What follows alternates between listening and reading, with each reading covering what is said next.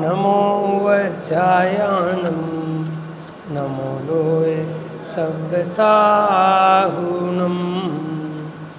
वन्दितु सर्वसिद्धे ध्रुवमचलमणो वमं गतिं पत्ते मोक्षामि समयपाहुड नमो सुधकेवलीभणिदं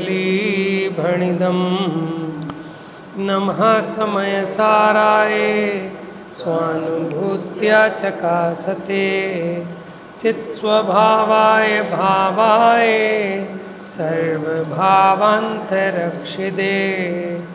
निज स्वरूप को परम रस जामे भरो अपार वंदो परमानंदमय समय सार अभिकार।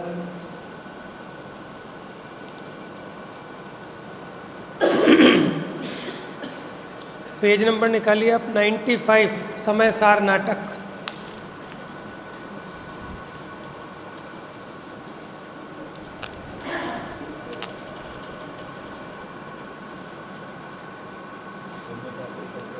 पुण्य पाप एकत्व द्वार। थोड़े से इसके छंद पढ़ेंगे तो जितना अपना विषय हो चुका है वो एक बार थोड़ा सा ख्याल में आ जाएगा।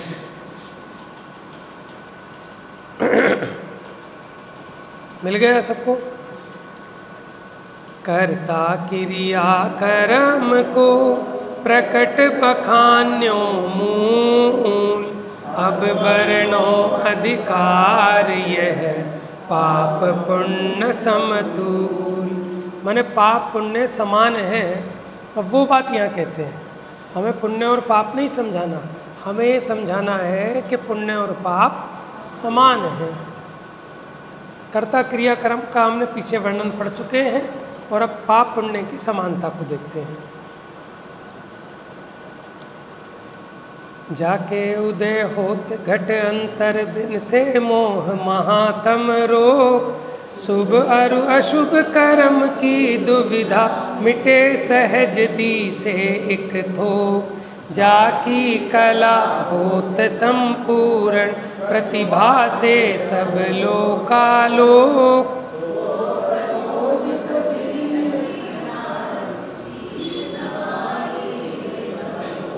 मैंने उस ज्ञान को याद किया मंगलाचरण में कि जिस ज्ञान के उदय होने पर महामोह अंधकार नष्ट हो जाता है, शुभ कर्म भला है अशुभ कर्म बुरा है, ये भेद मिट जाता है और ये दोनों एक समान दिखने लगते हैं।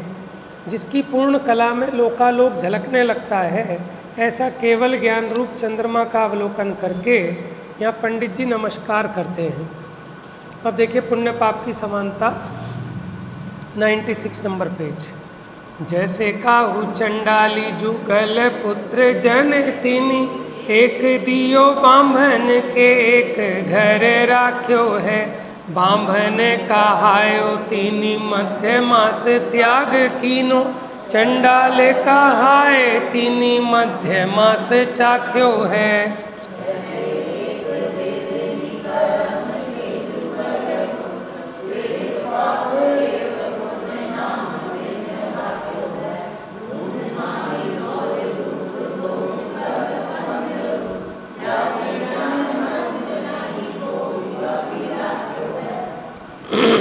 देखो इसमें इम्पोर्टेंट बात ये है, तैसे एक वेदनी कर्म के जुगल पुत्र, एक वेदनीय कर्म है उसके दो पुत्र हुए, एक साता और एक असाता। आपने वो सुना होगा,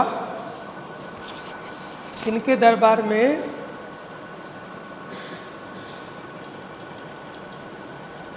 मैंने बनारसी दास जी थे कि भूतर दास जी थे, कौन थे, कोई गरीब आदमी था और वो आया राजा के यहाँ और उन्होंने आने नहीं दिया अंदर, पहरेदार ने, कि भाई तुम कौन?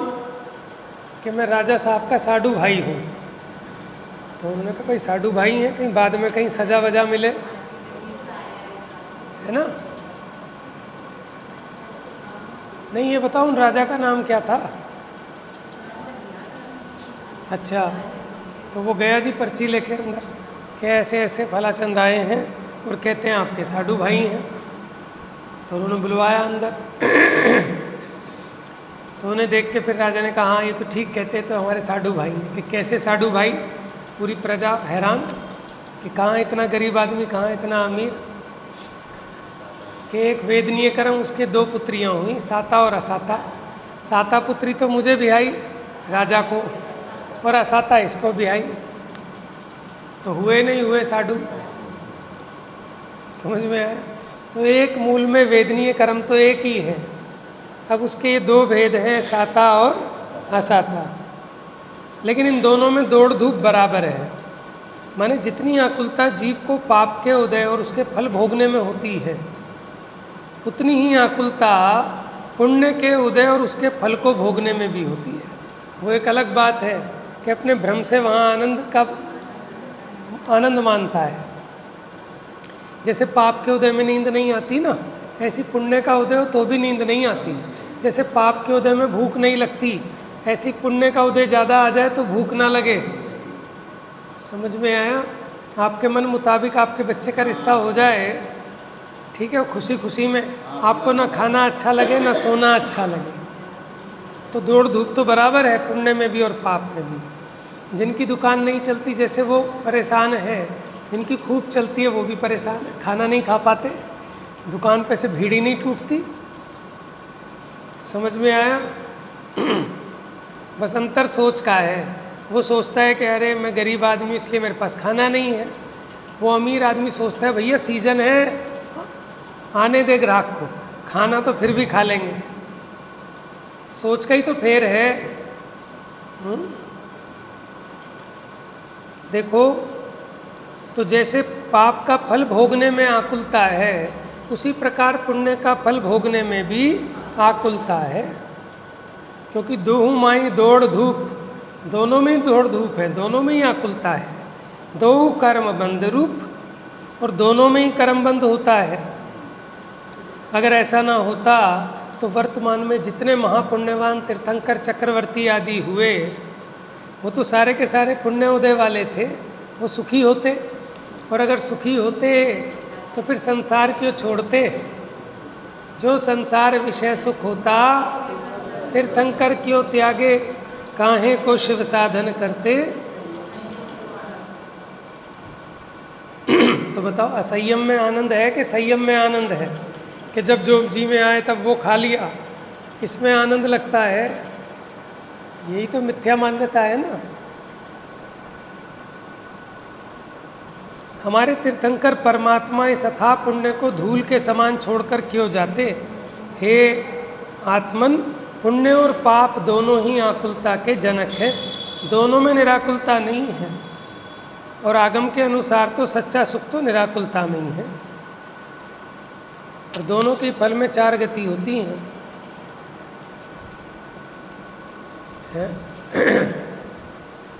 अब अंतर इतना है कि गाड़ी एक ही स्टेशन पे जानी है, भले आप एसी कोच में बैठे हों चाहे वो जनरल पैसेंजर डब्बे में, लेकिन गाड़ी तो आपकी संसार की तरफ ही जा रही है।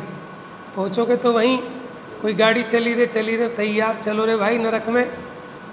अब कोई तो पैसेंजर डिब्बे में बैठ के जाए बिना एसी के, भीड़ भाड़ में खड़ा होके, एक आराम से एसी वाले कोच में कंपार्टमेंट में लेट के जाए, लेकिन जाना तो वहीं है नरक में।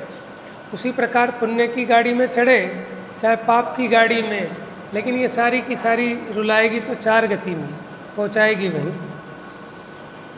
इसलिए ज्ञानी जीव पुण्य पाप में से, दोनों में से किसी की वांछा नहीं करते, अपने आत्म स्वरूप की अनुभूति का उपाय करते हैं। आगे देखो, अब शिष्य को शंका हुई, क्या आप कह रहे हो कि पुण्य पाप दोनों एक समान कैसे? को शिष्य कहे गुरु पाहि, पाप पुण्य दो सम नाहि, कारण रस स्वभाव फल न्यारे, एक अनिष्ट लगे एक प्यारे। 4 भेद बताए उसने कि देखो, एक तो बढ़िया लगते हैं और एक घटिया लगते हैं। क्योंकि उनके कारण में फर्क है, रस में फर्क है, स्वभाव में फर्क है और आश्रय में फर्क है। एक भला लगता है और एक बुरा लगता है। वास्तव में देखा जाए तो ये शंका केवल शिष्य की नहीं, सभी के मन भावों की है। भले ही हम अच्छे स्वाध्यायी हैं, लेकिन फिर भी पुण्य का आकर्षण कौन छोड़ पाता है, ये बताओ। सबको पुण्य का उदय चाहिए, पुण्य की सामग्री चाहिए। है? हमारे अंतर मन में वो पुण्य अपनी जगह बनाए रखता है, उसके प्रति मिठास बनी रहती है। बुरा जानकर पाप को तो सभी छोड़ना चाहते हैं, लेकिन पुण्य का आकर्षण नहीं छूटता। इसीलिए तो वो कहता है देखो पाप पुण्य में कितना अंतर है। पाप बंध का कारण संक्लेश भाव, पुण्य का कारण विशुद्ध भाव। पाप का रस असाता का उदय होने से कड़वा और पुण्य का रस साता का उदय होने से मीठा। पाप का स्वभाव कषाय की तीव्रता रूप, पुण्य का स्वभाव कषाय की मंदता रूप प्रवर्तन। पाप का फल नरक आदि कुगतियों में गमन और पुण्य का फल स्वर्ग आदिक। इसलिए वो कहता है कि साहब मेरा कहना बिल्कुल ठीक है कि पाप पुण्य दोनों समान नहीं। एक पाप पुण्य का नाटक है, वो पढ़ना आप कभी। जैन धर्म की कहानियों में एक नाटक है पाप और पुण्य का, अदालत लगती है उसमें। एक बार यहाँ भी हुआ था, शायद हुआ था पाप पुण्य, निमित्त उपादान का तो हुआ था, पाप पुण्य का पता नहीं हुआ नहीं हुआ। लेकिन पढ़ना आपको अच्छा, उससे ख्याल में आ जाएगा पूरा। हमें मिलेगा तो हम यहीं पढ़ के सुना देंगे। जैन धर्म की कहानियों में था किसी में। हाँ, तो वो जैन धर्म की कहानियों का एक शास्त्र बना दिया है ना, ऊपर जो रखे हैं उसी में है पुण्य और पाप का नाटक।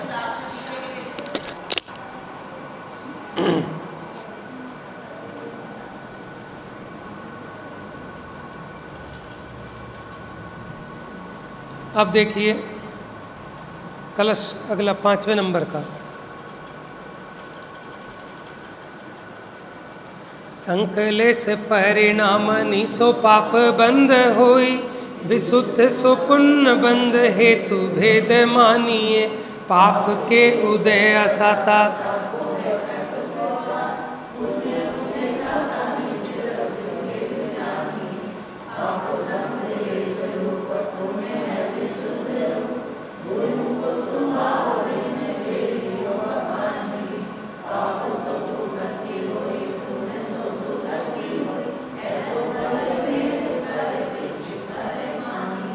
ये चारों प्रकार के भेद दिखाई देते हैं, इसलिए इन चारों में भेद मानना, पुण्य और पाप में। फिर अगला छंद देखो। पाप बंध पुण्य बंध दूहु में मुकति नाही, मधुर स्वाद पुगल को पेखिए। संकलेश विशुद्ध सहज दो कर्म चाल, कारणादि भेद तो ही सूजत मिथ्यात माही। ऐसो द्वैत भाव ज्ञान दृष्टि में न लेखिए। दो कर्म बंध रूप दूह को विनाश मोक्ष मार्ग में। और मोक्ष मार्ग में तो दोनों का विनाश होता है। पाप पुण्य सब नाश के ज्ञान भान प्रकाश, षोडश कारण गुण करे हरे चतुर्गति वास। पाप पुण्य सब नाश के, तो दोनों ही नाश के जाना पड़ता है ना मोक्ष में। इसको मैं थोड़ा सा पढ़ता हूँ, विशेषार्थ है। ये सुदीप जी, पंडित सुदीप जी शास्त्री जो हैं, उन्होंने इसका विशेषार्थ किया है समयसार नाटक का। थोड़ा पढ़ता हूँ, कुछ नई बात ख्याल में आए। इसका विशेषार्थ, क्योंकि ये इम्पोर्टेंट है। यहाँ सिद्ध कर रहे हैं कि दोनों में अंतर नहीं है, क्योंकि दोनों में, पिछले छंद में शिष्य ने पाप और पुण्य की भिन्नता सिद्ध करने की पूरी कोशिश की, परंतु शिष्य के सभी तर्कों का सटीक जवाब देते हुए कविराज कहते हैं कि भले ही पाप और पुण्य इन दोनों के बंध के स्वरूप में भिन्नता है, लेकिन है तो दोनों में बंधन। मुक्ति तो किसी में भी नहीं है। और क्या बंधन भी कभी सुख का कारण हो सकता है? क्योंकि पराधीन सपने सुख नाही। और जो तुमने पाप के स्वाद को कड़वा, पुण्य के स्वाद को मधुर कहा, तो भाई ये कड़वापन और मधुरपन तो पुद्गल की पर्याय है। आत्मा तो त्रिकाल अरस स्वभावी है। संक्लेश और विशुद्ध दोनों परिणाम कर्म के निमित्त से, माने कर्म के उदय उपशम, उदय अच्छेपशम से होने वाले भाव हैं। आत्मा के स्वाभाविक परिणाम नहीं है, क्योंकि आत्मा का परिणाम तो पूर्ण शुद्ध होता है। स्वभाव तो ऐसे ही है। इसी प्रकार कुगति गमन सुगति गमन, ये संसार के दो अलग अलग स्टेशन हैं। चाहे कुगति में जाए या सुगति में, लेकिन रहेगा तो संसार में ही।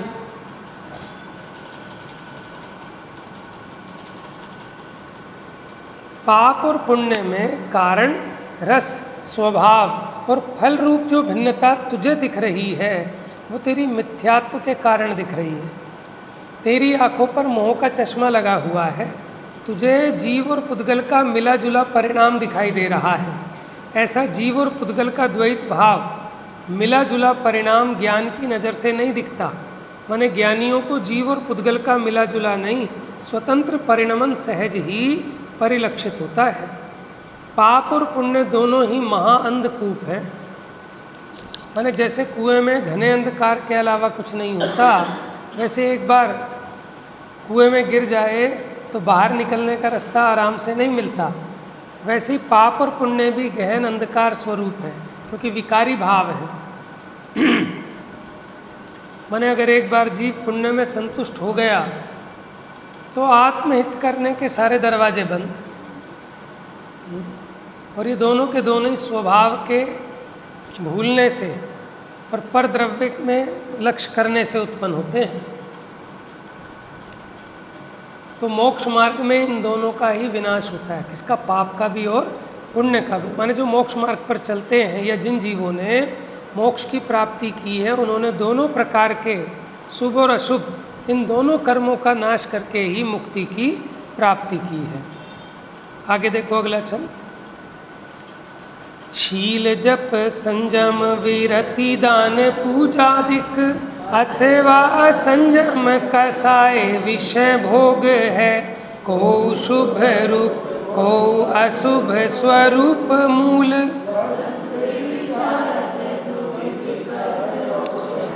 ऐसी बंध पद्धति बखानी वीतराग देव।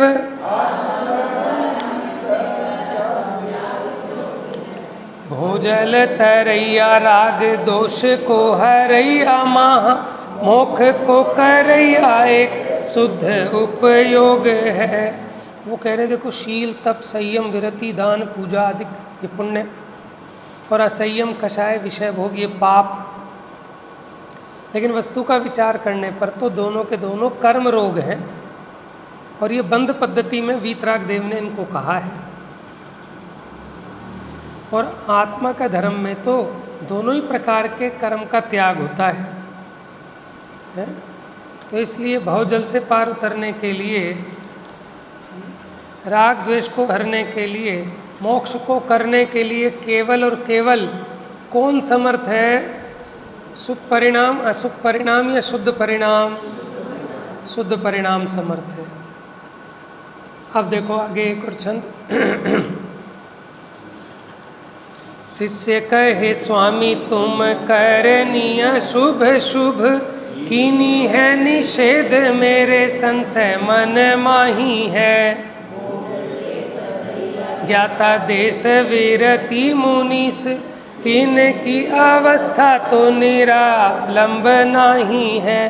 कहे गुरु कर्म को नाश अनुभव अभ्यास।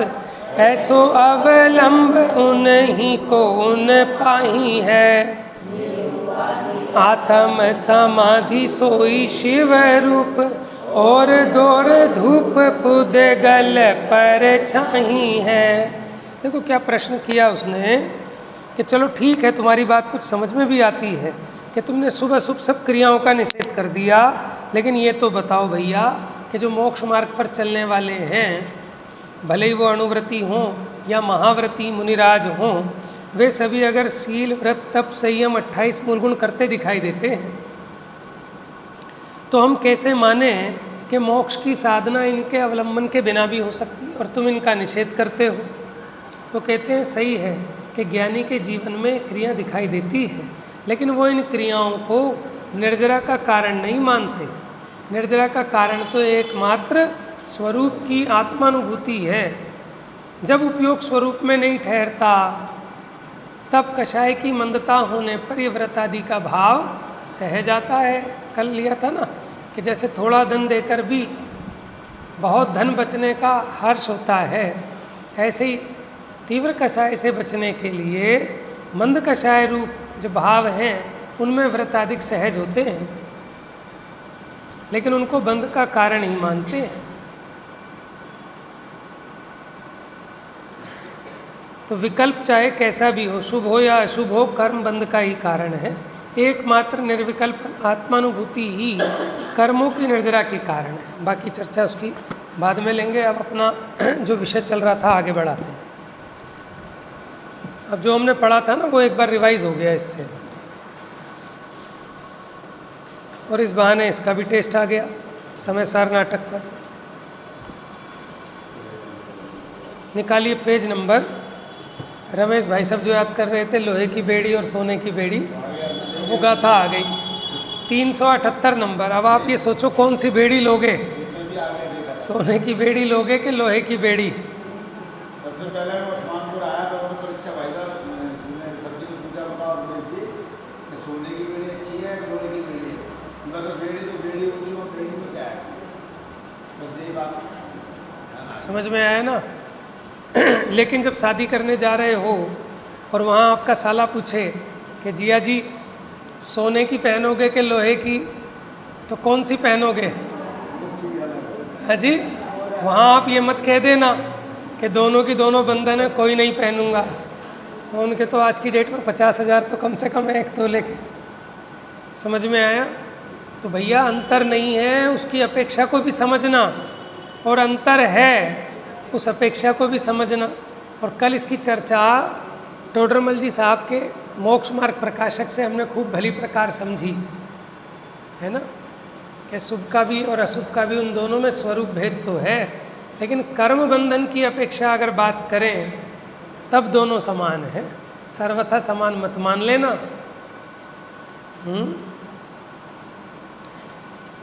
आइए पेज नंबर 378, गाथा 146।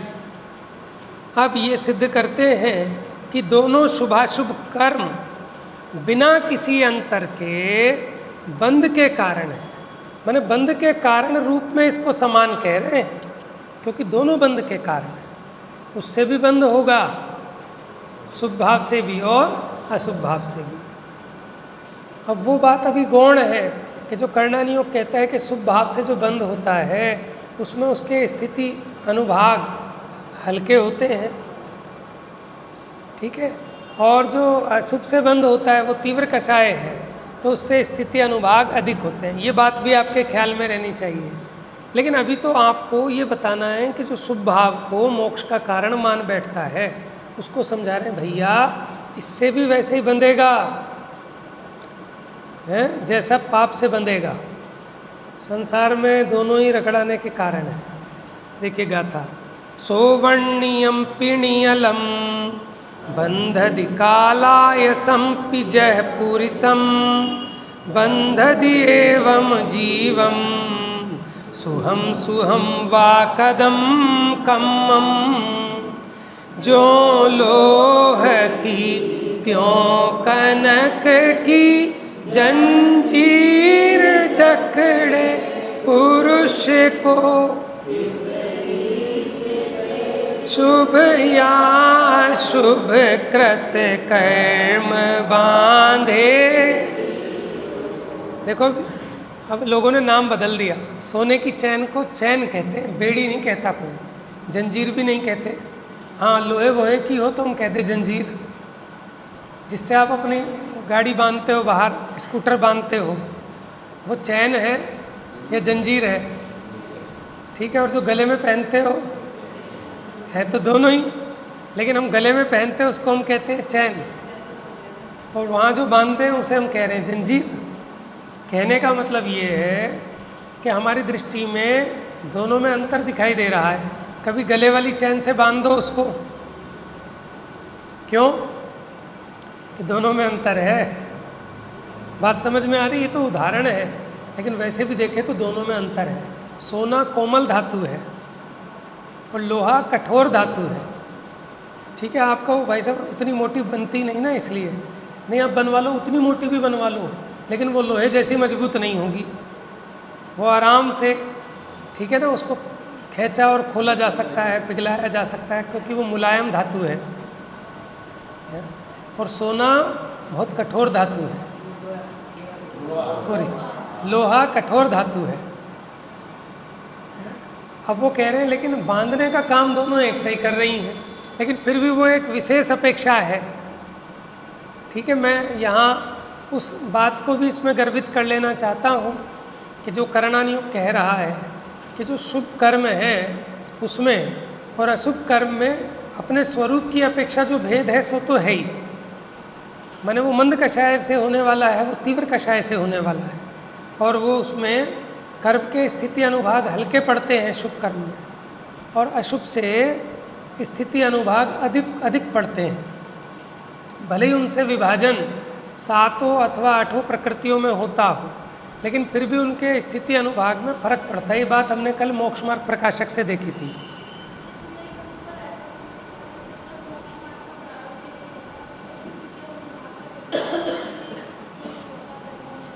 क्या क्या क्या क्या जब तक स्थिति अनुभाग का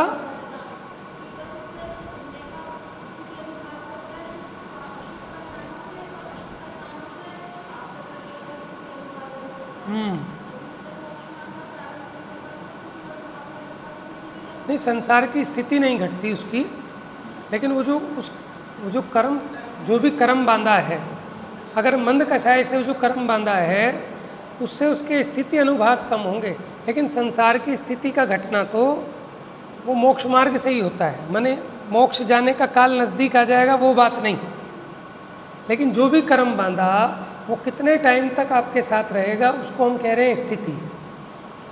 अगर शुभ भाव है तो कर्म तो बंध रहा है, लेकिन उस कर्म की स्थिति अनुभाग क्योंकि देखो कषाय की तीव्रता से स्थिति अनुभाग उसमें भी फिर डिवीज़न है पाप कर्मों के और पुण्य कर्मों के। अभी हम सामान्य से बात कर रहे हैं कि तीव्र कषाय से अधिक स्थिति अनुभाग और मंद कषाय से कम स्थिति अनुभाग होता है सामान्य से। बाकी तो फिर डिवीज़न अलग है। जैसे मानो अभी हम स्वाध्याय कर रहे हैं तो राग भाव तो हो रहा है, ये भी कषाय है। इस समय भी ज्ञानावर्णी कर्म बन रहा है, और जिस समय हम टीवी देख रहे हैं उस समय भी ज्ञानावर्णी बन रहा है, लेकिन दोनों के बंधन में क्या सर्वथा अंतर नहीं है? क्या अंतर है? समझ में आया कि स्वाध्याय के काल में जो ज्ञानावर्णी बन रहा है वो ज्ञानावर्णी का बंध बहुत हल्का होता है, और टीवी देखने के काल में जो ज्ञानावर्णी बंधेगा उसका स्थिति अनुभाग बहुत अधिक बंधेगा। कल की वो लाइन बड़ी प्यारी थी मोक्ष मार्ग की कि भली वासना के निमित्त से अथवा सत्समागम के निमित्त से कि वो कर्म के स्थिति अनुभाग घट जाएं तो कदाचित सम्यक्त्वादि की प्राप्ति भी हो जाती है। बड़ी गजब की लाइन है। लेकिन अभी यहाँ बात ये चलती है कि जो पुण्य भाव को मोक्ष का कारण मान के बैठा है, शुभ कर्म से मोक्ष होगा, ठीक है, उसको समझा रहे हैं कि भैया देख बंधन तो दोनों में ही तो उसकी मुख्यता से बात कर रहे हैं। वो बात गौण है कि अंतर है।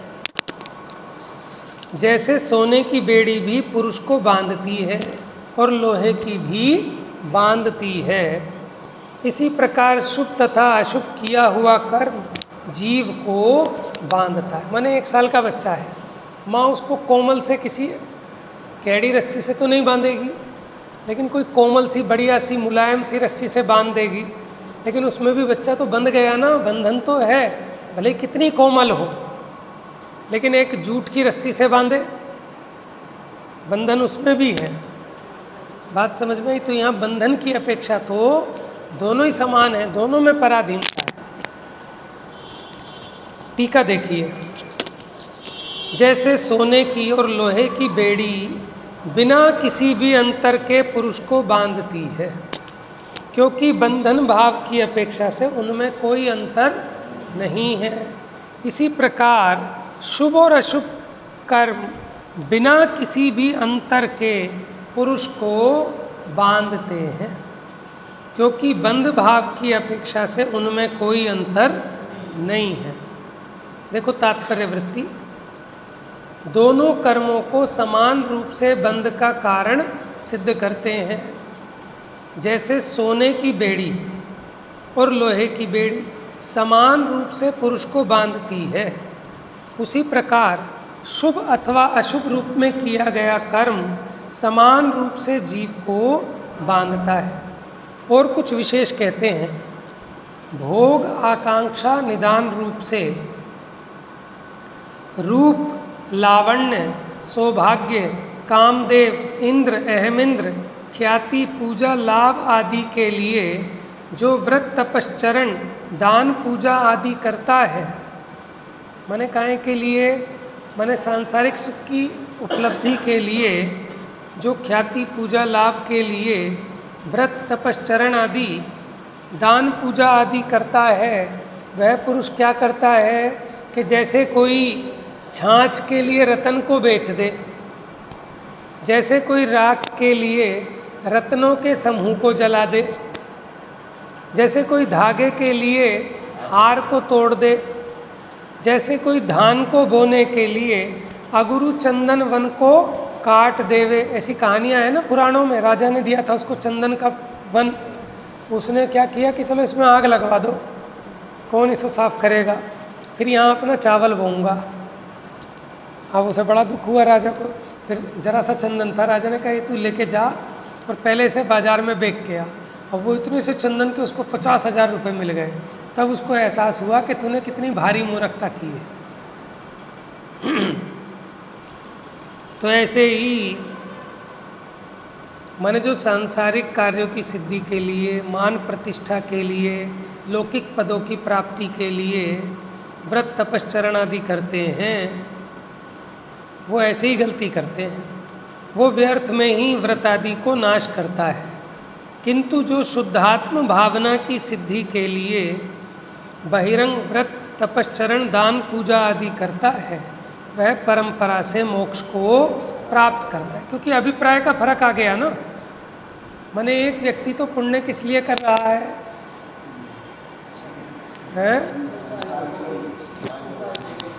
सांसारिक सुख की प्राप्ति के लिए, और एक किस लिए, माने पुण्य भाव तो कर रहा है कि अपने राग को घटाने के लिए, वीतराग भाव की उपलब्धि के लिए, तो उसको वो निमित्त कारण बनता है मोक्ष मार्ग में। अब दोनों कर्मों का निषेध करते हैं। गाथा 155, 147, वो 155 नंबर तो जैसे आचार्य के हिसाब से। तम्हा दुकुशीले हिय रायम मा कुण हमा वसन सग्गम साहीणो हि विनाशो कुशील संसग्रायेण।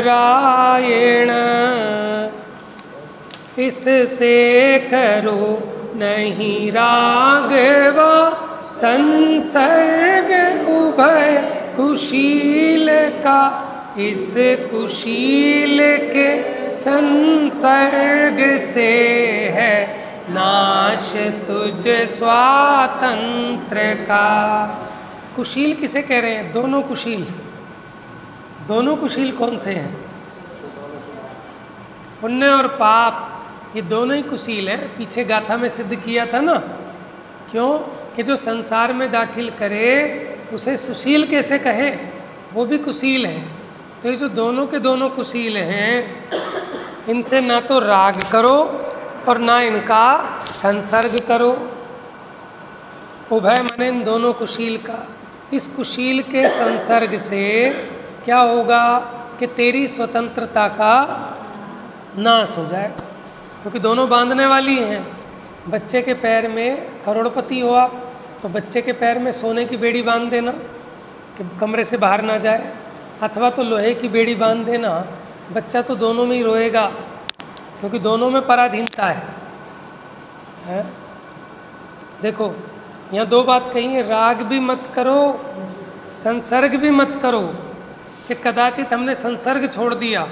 संसर्ग होता है जैसे बच्चे आजकल स्कूल नहीं जा रहे तो अपने दोस्तों का संसर्ग तो नहीं कर पा रहे, लेकिन राग तो है ना, अंदर में उनको याद तो करते हैं।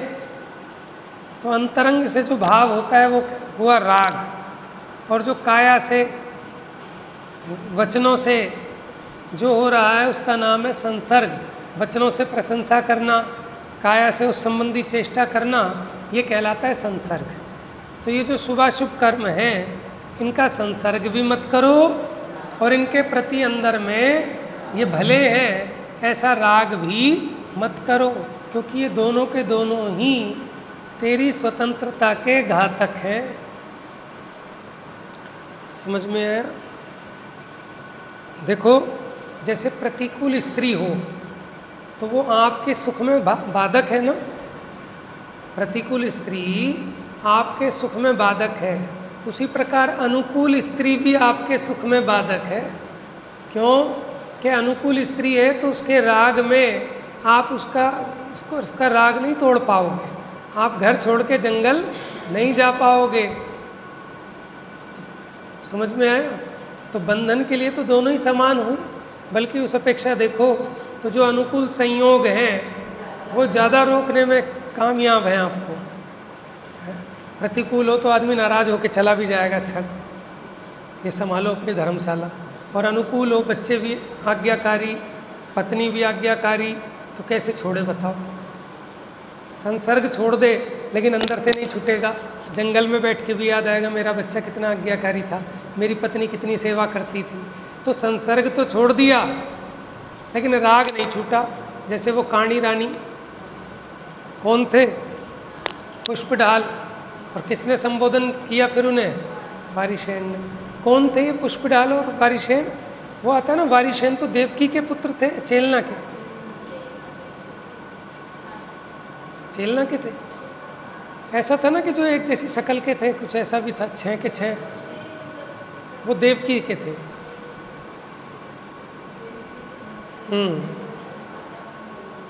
तो अब देखो, जैसे कुशील, भाषा टीका में बड़ा अच्छा खुलासा है, थोड़ा सा पढ़ते हैं बाकी कल लेंगे।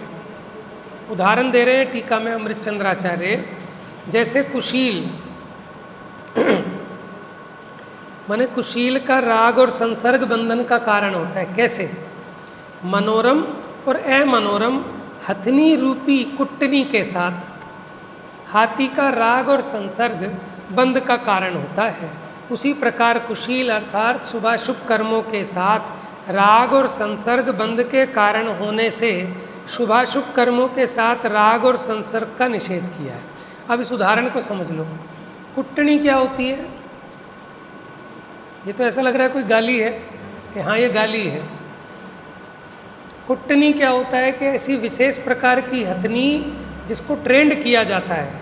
किस चीज़ के लिए ट्रेंड किया जाता है? हाथी को फंसाने के लिए, हाथी को पकड़ने के लिए जो हथनी ट्रेंड की जाती है उसको कहते हैं कुटनी।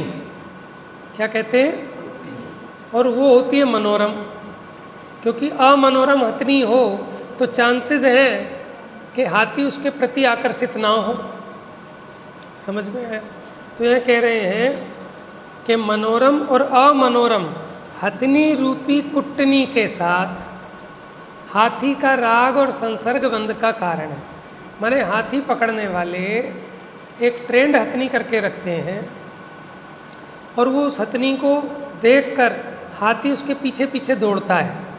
अब वो हथनी तो ट्रेंड है, उसको पता है कौन से रास्ते से लेके आना है, और एक जगह बहुत गहरा गड्ढा खोदा है, उसके ऊपर बांस बिछाकर घास से ढक दिया है।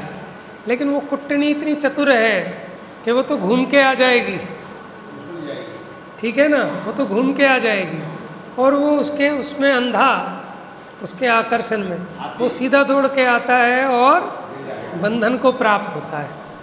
क्यों हुआ वो बंधन को प्राप्त? कि उसने उसके प्रति राग किया और फिर उसका संसर्ग किया, इसलिए क्या हुआ? वो बंध को प्राप्त हुआ।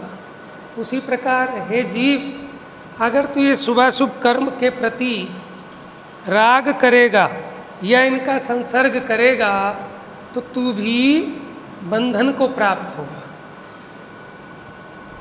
इसलिए शुभाशुभ कर्मों के साथ राग और संसर्ग का निषेध किया है। तात्पर्य वृत्ति और पढ़ लेते हैं। अब दोनों कर्मों को समान रूप से मोक्ष मार्ग में निषेध करते हैं। देखो, कोई कर्म रख के जा पाओगे क्या मोक्ष में? या मोक्ष में जाने से पहले सारे कर्म छोड़ने पड़ेंगे? छोड़ने पड़ेंगे कि नहीं छोड़ने पड़ेंगे? जब नोटबंदी हुई तो कोई आदमी सोचे चल 500 के तो छोड़ दूँ, लेकिन 2000 का नोट, 2000 के तो नहीं थे, 1000 का, कि 1000 का नोट तो रख लूँ, कि रख लेगा तो आफत का कारण बन जाएगा। अगर है तो लोगों ने जला दिए, फाड़ के फेंक दिए कूड़े में, क्योंकि आफत का कारण हो जाएगा। अब ये मत सोच के 1000 का है कि 500 का है। अब तो उसमें किसी के पास गलती से मिल भी गया ना, तो वो कह देगा कि सब मेरा नहीं है। क्यों? क्योंकि वो 1000 का नोट नहीं है, अब वो सीधी जेल है। समझ में आया? ऐसे ही आप भले कह रहे हो कि शुभ कर्म है, लेकिन भैया ये 84 की जेल है, इसको छोड़े बिना। अरे भाई साहब, इतनी मुश्किल से महातीर्थंकर प्रकृति का पुण्य का उदय, उसका भी घात करें कि हाँ, उसका भी घात करें। वो तीर्थंकर प्रकृति भी छोड़ेंगे तभी मोक्ष जा पाएंगे, नहीं तो नहीं जा पाएंगे। ये समोसरण वमोसरण जितना है ये सब छूट जाएगा, हैं? तो जब छोड़ना ही है तो फिर अंगीकार ही क्यों करना, कि बुद्धि तो ऐसे ही है कि अंगीकार नहीं करना। लेकिन भाई साहब, भूमि का प्रमाण वैसा राग हुए बिना नहीं रहता, और उस राग के प्रमाण उतना पुण्य का बंध भी होता है, उसके फल में सामग्री भी होती है। सब होने पर भी ज्ञानी उनमें अटकता नहीं, फंसता नहीं। इम्पोर्टेंट बात ये है। इस कारण से कुशील यानी कुत्सित शुभाशुभ कर्मों के साथ चित्तगत यानी अंतरंग राग मत करो, और बहिरंग वचन तथा कायगत संसर्ग मत करो। किस लिए संसर्ग मत करो? देखो स्पष्ट लिख दिया ना यहाँ जैसे आचार्य ने, कि चित्त में होने वाला राग और वचन और काय से होने वाला संसर्ग मत करो। किस लिए संसर्ग मत करो? क्योंकि कुशील के साथ संसर्ग और राग करने से नियम से स्वाधीनता का विनाश होता है। माने आप अपनी आत्मानुभूति में लीन रहें, शुद्धोपयोग में लीन रहें, इसका नाम है स्वाधीनता, इसका नाश होता है। स्पष्ट रूप से निर्विकल्प समाधि के घात रूप आत्मार्थ माने आत्मा के प्रयोजन से भ्रष्ट होता है, अथवा स्वाधीन आत्म सुख का नाश होता है। इसलिए पुण्य और पाप दोनों एक समान हे रूप हैं, इनसे मोक्ष मार्ग नहीं होता। ये आपकी बुद्धि हे और उपादेय संबंधी जो बुद्धि है उसका निर्णय यहाँ पुण्य पाप अधिकार में कराते हैं। बाकी चर्चा इसकी कर लेंगे। मिथ्यात्म नाश वे